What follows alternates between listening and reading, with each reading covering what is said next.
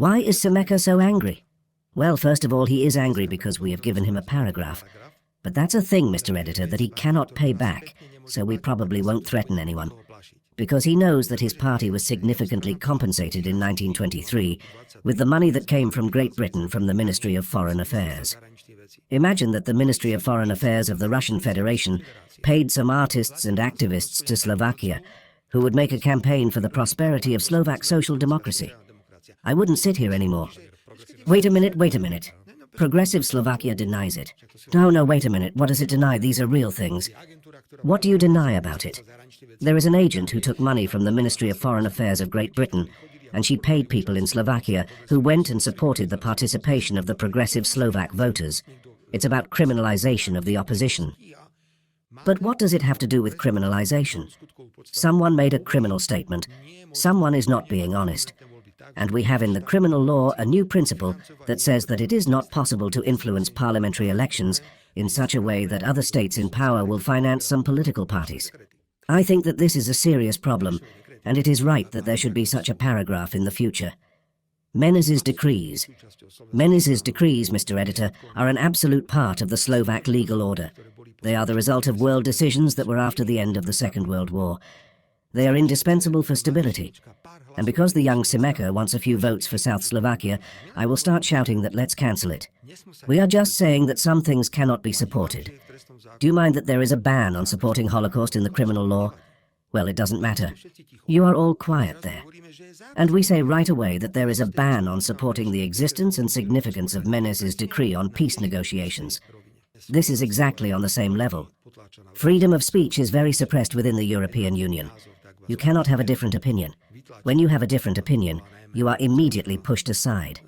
And this was mainly the whole genesis of the military conflict in Ukraine. If you say that you don't want to give money for weapons, you are evil, because it is a duty to give money for weapons.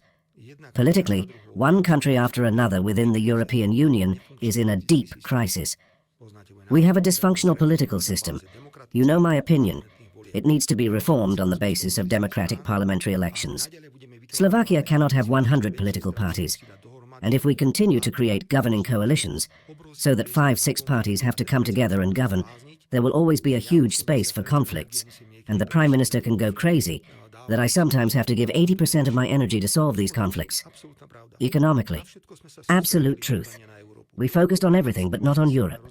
We made senseless decisions in the area of the Green Deal. We have a big problem with the strategies of foreign policy, because none of them exist. The Wall Street Journal wrote that Donald Trump's plan for Ukraine includes the restoration of Russian gas and oil supplies to Europe. At the same time, the EU plans to disconnect from it in the autumn of 2027. Can it be read in such a way that Donald Trump is trying to restore trade and economic relations with Russia at any cost? Of course. And let's not be naive about each war. As soon as the war is over, every Western country will run there. You have never seen so much coverage in your life as you will see. What nonsense is it that Slovakia cannot buy gas from Russia?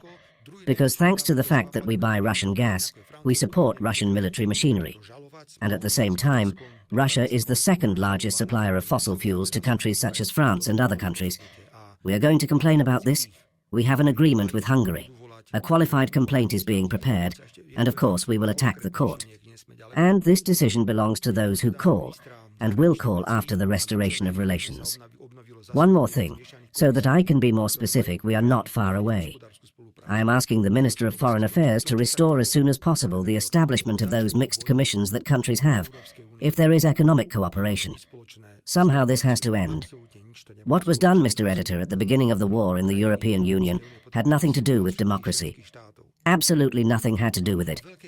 The entry of Ukraine into the European Union requires the consent of all member states.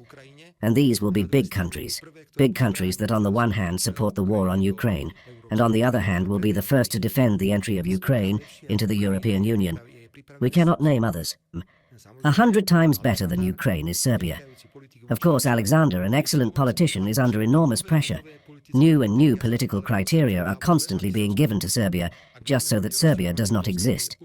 If we are to talk about the expansion of the European Union, definitely Montenegro. Definitely Serbia. Let's talk about Albania. The same way the government has made huge steps. We do not see what is happening in Ukraine. Do you remember how many shouts there were when I allowed myself to say that watch out for corruption in Ukraine? Because we do not know how much money has been stolen there.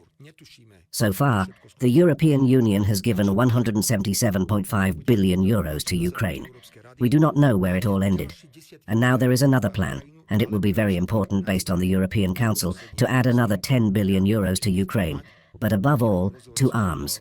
How do I sit here? I do not want anything to do with this. In the hour-long interview, I told Antonio Costa, Mr. Chairman, I will sit with you until January at the European Council. As the chairman of the government, I will never agree with any financial solution for Ukraine, which aims to buy weapons and kill more people.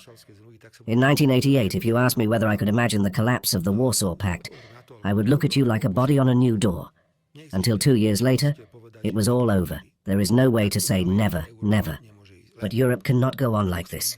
Only the leadership wants it. It must be great players. France, Germany must come up with a proposal on how to reform. The first thing that is right, and we are on the right track, is that we are measuring the senseless ecological goals set by the European Union, which slows us down Slovak industry. So something is being done, but politically, internally, the European Union is in a great crisis.